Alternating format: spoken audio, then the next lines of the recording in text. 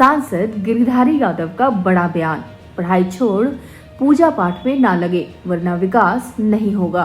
शिक्षा नीति पर जमकर बोले। नमस्ते दोस्तों, ब्रेकिंग न्यूज में आपका स्वागत है। आज की ये खबर बिहार के चकाई प्रखंड अंतर्गत विराजपुर के टिलवा मोड़ मैदान से है, जहां दलित मंच द्वारा आयोजित सर्वदलीय बाबा साहब भीमराव अंबेडकर की पखवाड़ा जयंती के अवसर पर उपस्थित जनसमूह से सांसद गिरिधारी यादव रूबरू हुए। कार्यक्रम का विधिवत शुभारंभ मुख्य अतिथि के द्वारा दीप प्रज्वलन के साथ हुआ। कार्यक्रम की अध्यक्षता मुखिया प्रतिनिधि घुटवे परमानंद दास ने किया, जबकि मंच संचालन अशोक दास ने किया। सांसद गिरिधारी यादव शिक्षा और आरक्षण पर जमकर बोले। उन्होंने कहा कि देश में सामान्य शिक्षा नीति नहीं है, बल्कि एक असामान्य नीति चल रही है।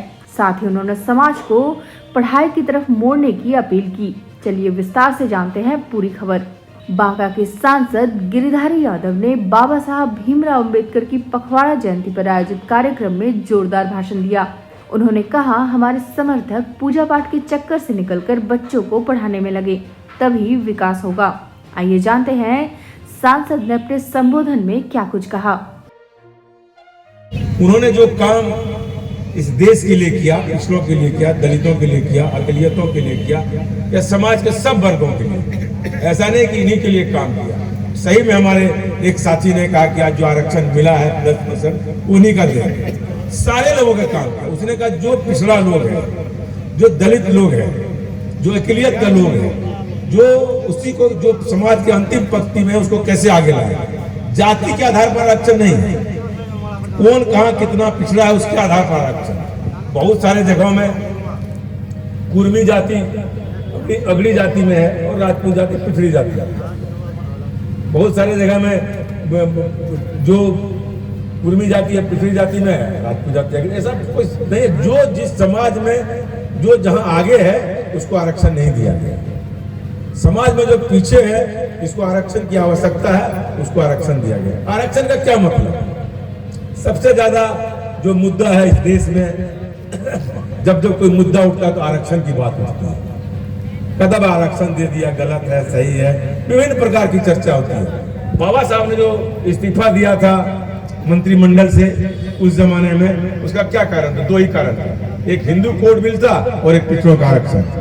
बोला यदि आप हिंदू कोड बिल हम लागू नहीं कर सकते हैं, हम पिछड़ों को आरक्षण नहीं दे सकते, तो सरकार में रहने का क्या मतलब?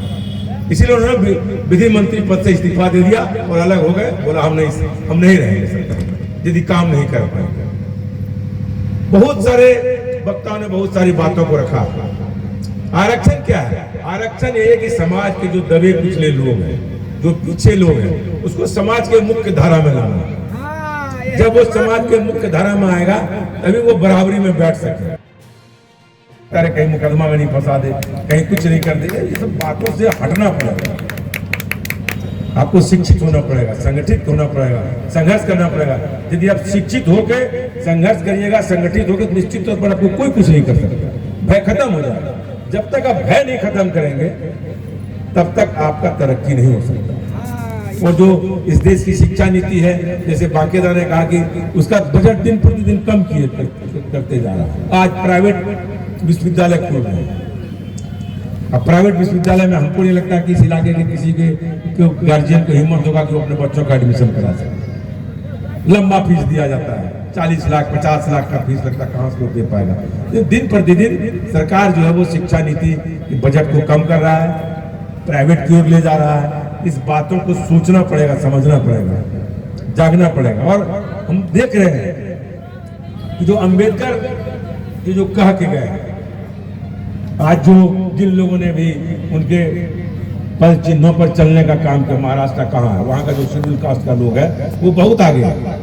हमारा जो इलाका है, यहाँ का कोई भी लोग है, चाहे शेड्यूल कास्ट हो कि पिछड़ा जाति हो कि अगड़ा जाति हो, सब लोग वही रह जाते हैं, आगे बढ़ ही नहीं पाते। इसलिए आप लोग को एकजुट होकर शिक्षा की ओर जाए, सब काम बंद करिए, केस मुकदमा, लड़ाई झगड़ा, डर भय सबको खत्म करिए और मिलजुल के एक काम करिए कि कैसे हम आगे बढ़े, कैसे शिक्षित हो सके, तभी हम आगे बढ़ सकते हैं।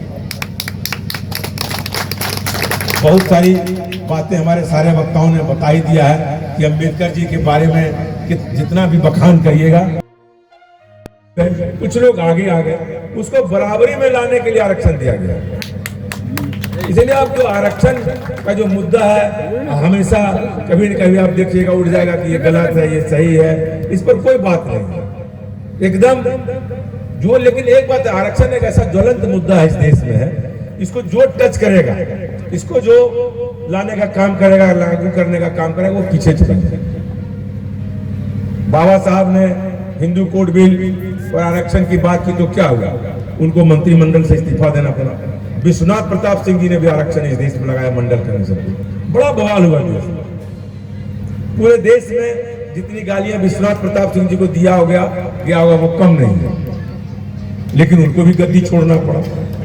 उसके बाद जो आरक्षण का बचा हुआ पार्ट था, आप लोग नहीं जानते हैं, 4 से 9 के बीच में हम लोग भारत सरकार के में थे और हम MP उस समय थे।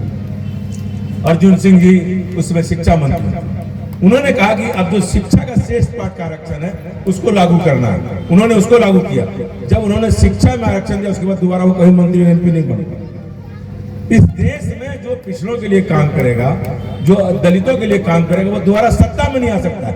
इसका यदि त्याग करने की किसी को कैपेसिटी है, किसी को इच्छा है कि आगे हम जीते कि हारे, इस काम को हम करके ही रहेंगे तभी ये काम हो सकता है। इस देश में जो भी लोग इन समाज के लिए काम करेगा, आप शुरू करिए गौतम बुद्ध से, सनातन धर्म चरम सीमा पर था, पूरा अत्याचार था, पूरे लोग परेशान थे, हर प्रकार की कठिनाइयों का सामना समाज कर रहा था। गौतम बुद्ध ने क्या किया भाई, बोला भाई बुद्ध धर्म हम लागू करेंगे। और उन्होंने अपने जमाने में, अपने उस जमाने में आज से हजारों साल पहले, 2500 साल 3000 साल पहले गौतम बुद्ध ने क्या किया, बोला नहीं, ये सनातन धर्म जो है जो सही काम सही दिशा नहीं दे पा रहा है, इसलिए एक पर्व है अभी शुरू हो गया होगा, रामनवमी से भी शुरू हो गया, पाठा करने का काम शुरू हो गया, मेरे ही गांव से शुरू हो गया। हमको लोग कहता कि अपना गांव को नहीं सुधार पाते, बोलते ठीक है नहीं सुधरे। लेकिन आप बताइए, आप उत्तर के किसी गांव में चले जाइए,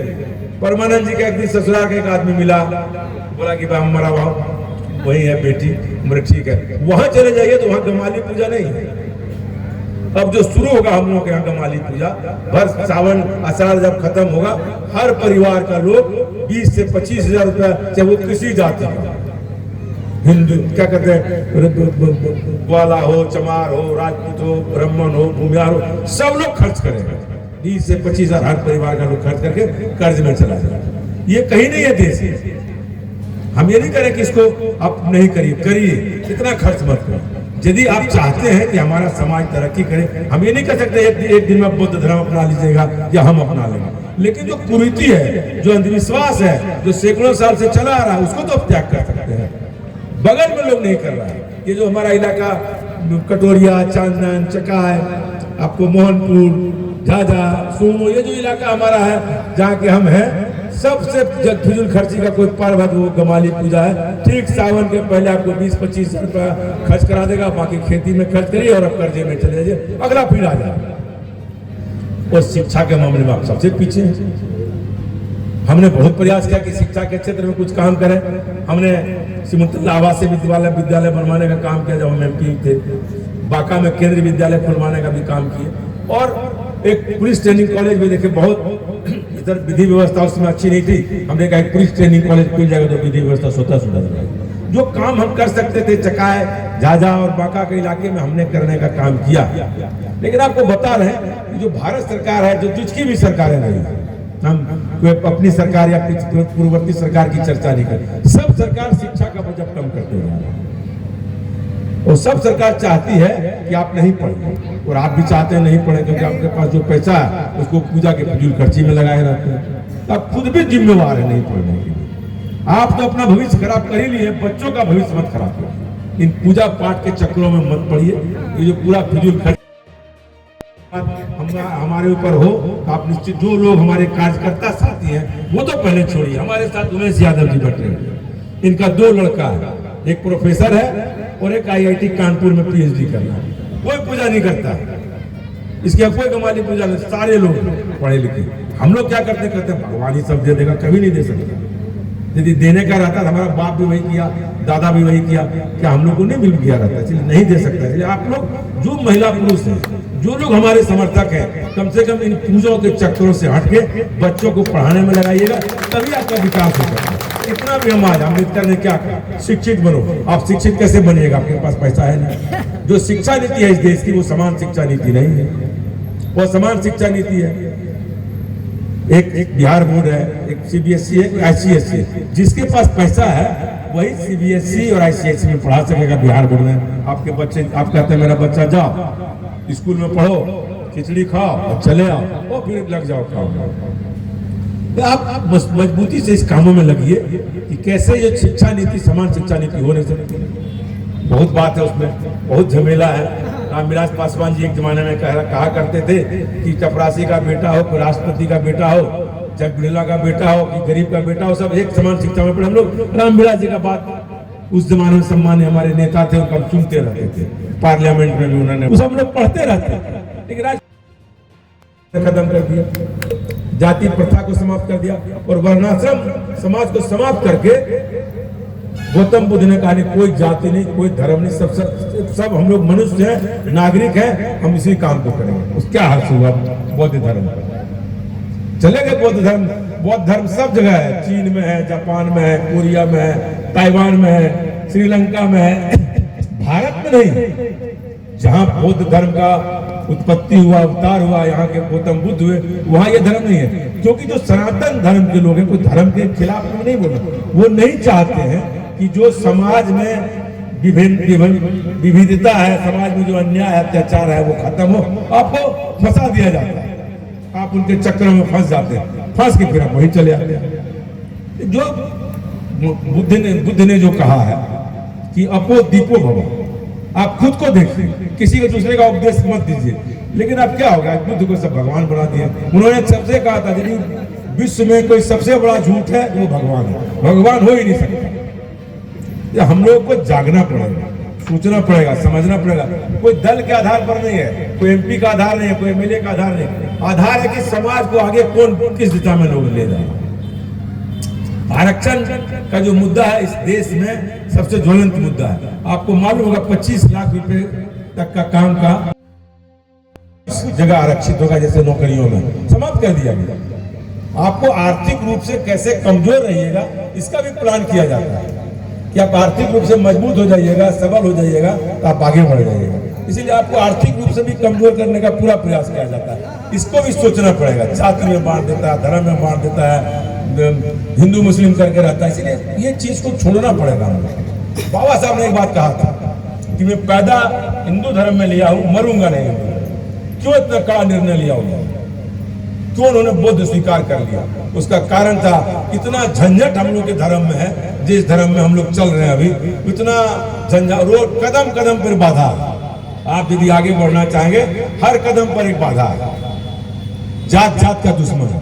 जैसे मान लीजिए हम यादव जाति में, तो हम अपनी बेटी का शादी करना चाहेगा, बिना दहेज का यादव करेगा नहीं। कोई रविदास जाति का है या चमार जाति का है, उसके भी बेटी का शादी यदि वो चमार में करना चाहेगा, बिना दहेज का करेगा नहीं। जो जात का जाति दुश्मन, अम्बेडकर ने यही कहा कि जब तक सनातन धर्म की व्यवस्था रहेगी, जाति की व्यवस्था रहेगी, तब तक हम आगे नहीं बढ़ सकते हैं। इसीलिए उन्होंने हिंदू धर्म का त्याग किया और बौद्ध धर्म को स्वीकार किया। सब लोग जानते हैं कि क्या है जाति व्यवस्था में। सब लोग चाहता है कि अपनी बेटी की शादी हम जाति में करें। और क्या जो दहेज आप देंगे उससे कुछ काम हो जाएगा? ऐसा बात नहीं। फिजूल खर्ची में लगा देगा, रिसेप्शन पार्टी करेगा, तिलक करेगा, रिंग सेरेमनी करेगा, जितना प्रकार का फिजूल खर्ची सनातन धर्म में है, आपको लगवा के आपका जो पैसा लड़का लड़की दोनों को गरीब बना देगा। और जो एकदम गरीब है वो दोनों कलकत्ता कमाने चला जाएगा, जो थोड़ा संपन्न है वो कर्जे में चला जाएगा। इसलिए उन्होंने छोड़ा। हम आपको बताना चाहते हैं कि जो हमारा इलाका है, जिस इलाके को हम बिलोंग करते हैं, जहां से हम पैदा लिए हैं, एमपी हुए, एमएलए हुए, आप लोगों की कृपा से, सबसे पिछड़ा हुआ इलाका है इस देश में। इतना पिछड़ा हुआ धर्म के मामले में धर्म भीरू हम नहीं देखे। मध्य प्रदेश गए, उत्तर प्रदेश गए, सब जगह गए। ये इस कार्यक्रम में राजद नेता श्रीकांत यादव, पूर्व मुखिया बालदेव यादव, जिला परिषद प्रतिनिधि आलोक सिंह सहित सैकड़ों लोग मौजूद रहे। आगामी विधानसभा चुनाव सामने है, ऐसे में सांसद के बेटे प्रकाश रंजन की मौजूदगी भी चर्चा का विषय बनी।